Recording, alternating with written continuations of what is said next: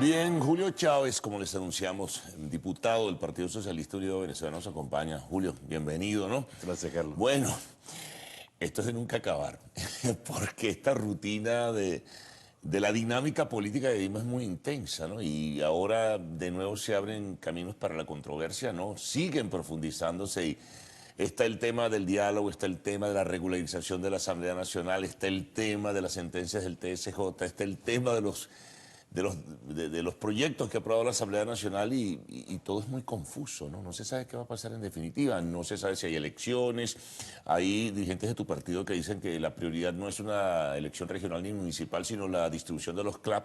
O sea, todo es muy enrevesado.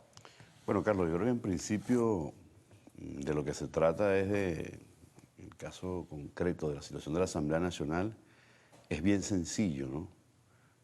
Si esta junta directiva actual logra de alguna manera colocarse pues, en el camino constitucional, acatar las sentencias del TSJ como corresponde, ¿no? A un poder de la República, y yo creo que esto nos podría permitir, ¿no?, rescatar ese importante foro, ese escenario, ¿no?, para el debate político. Y creo que eso depende un poco de la buena voluntad de la Junta Directiva actual de la Asamblea Nacional. Pareciera que esa no es entonces la intención, pareciera que la intención, como tú bien decías, es seguir contribuyendo, ¿no?, a la controversia, es no acatar la sentencia del TSJ y en consecuencia no colocarse en el hilo constitucional.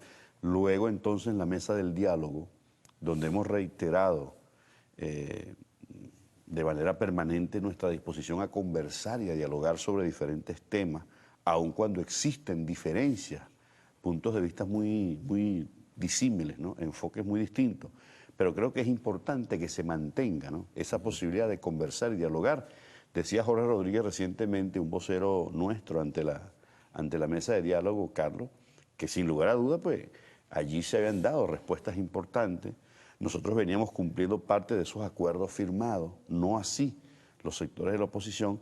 Entonces pareciera más bien que no hay la voluntad política por parte de la Junta Directiva, que además coincide, como tú bien lo decías, ¿no?, con una situación de confrontaciones a lo interno. Se anuncia de que ya hasta aquí llega la MUD y viene una nueva etapa de la oposición venezolana, pareciéndose que esas contradicciones a lo interno Fíjate, están prevaleciendo. Claro, se notan fisuras dentro de la estructura unitaria de la oposición, ¿no? Rodríguez hablaba de reuniones con algunos factores, Maduro decía el domingo, pero ¿quiénes son los factores de la MUD que se reúnen con algunos factores del gobierno, ¿no? Eso sería interesante que la MUD nos lo dijera. Exacto. A la opinión pública.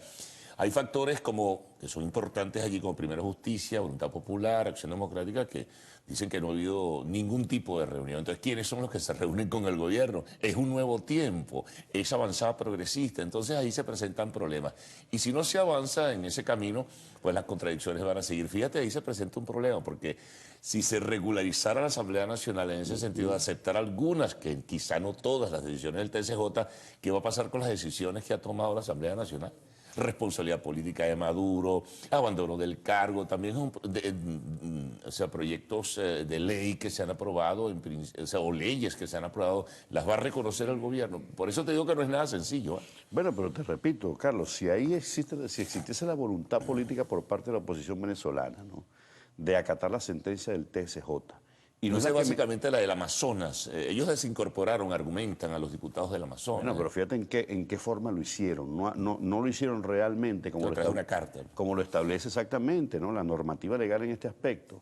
Yo creo que eso pudiera ayudar un poco, ¿no?, a resolver, a desentrabar, o ayudemos nosotros a la oposición a desentrabar todo ese mar de contradicciones que a lo interno existe, ¿no?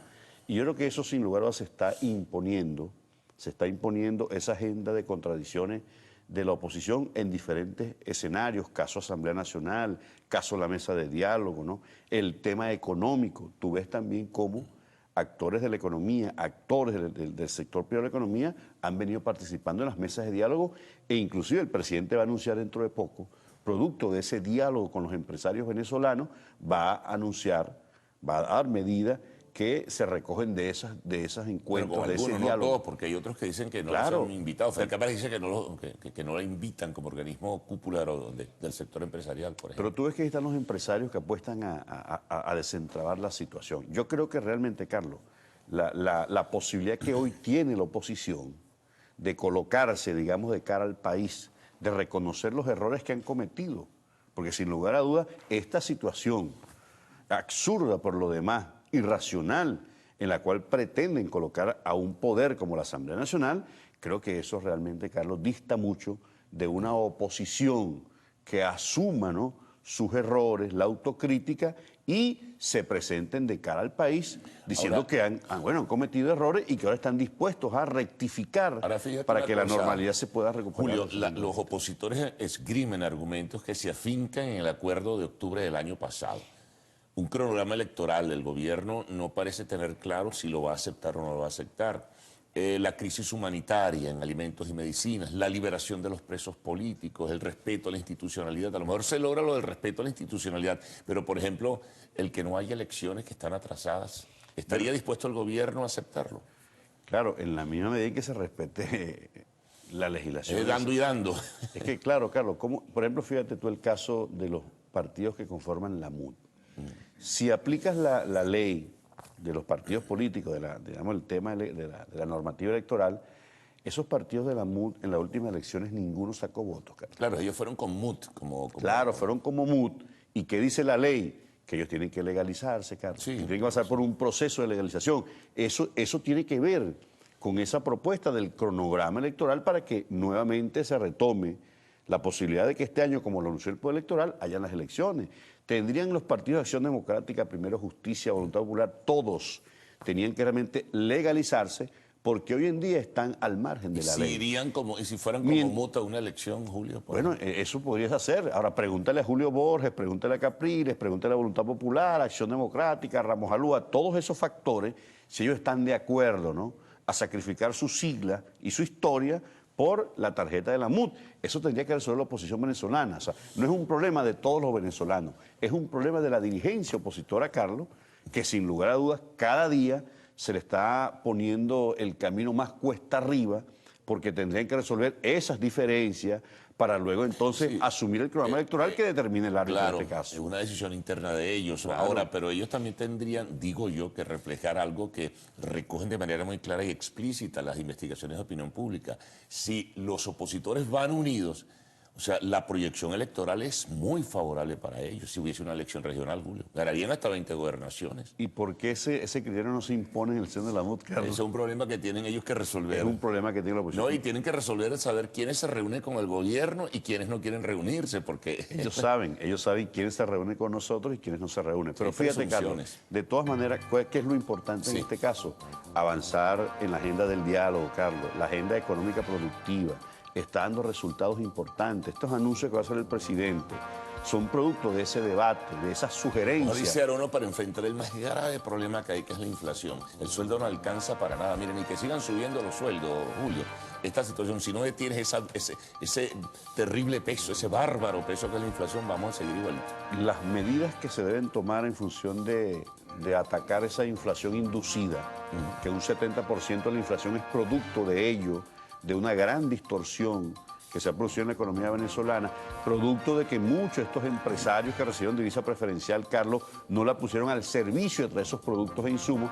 Creo que por allí parte, ¿no?, una buena parte, en buena medida, las decisiones que logran resolver el problema del abastecimiento, que sin lugar a dudas es uno de los grandes problemas del país, no es los problemas que tenga la oposición venezolana.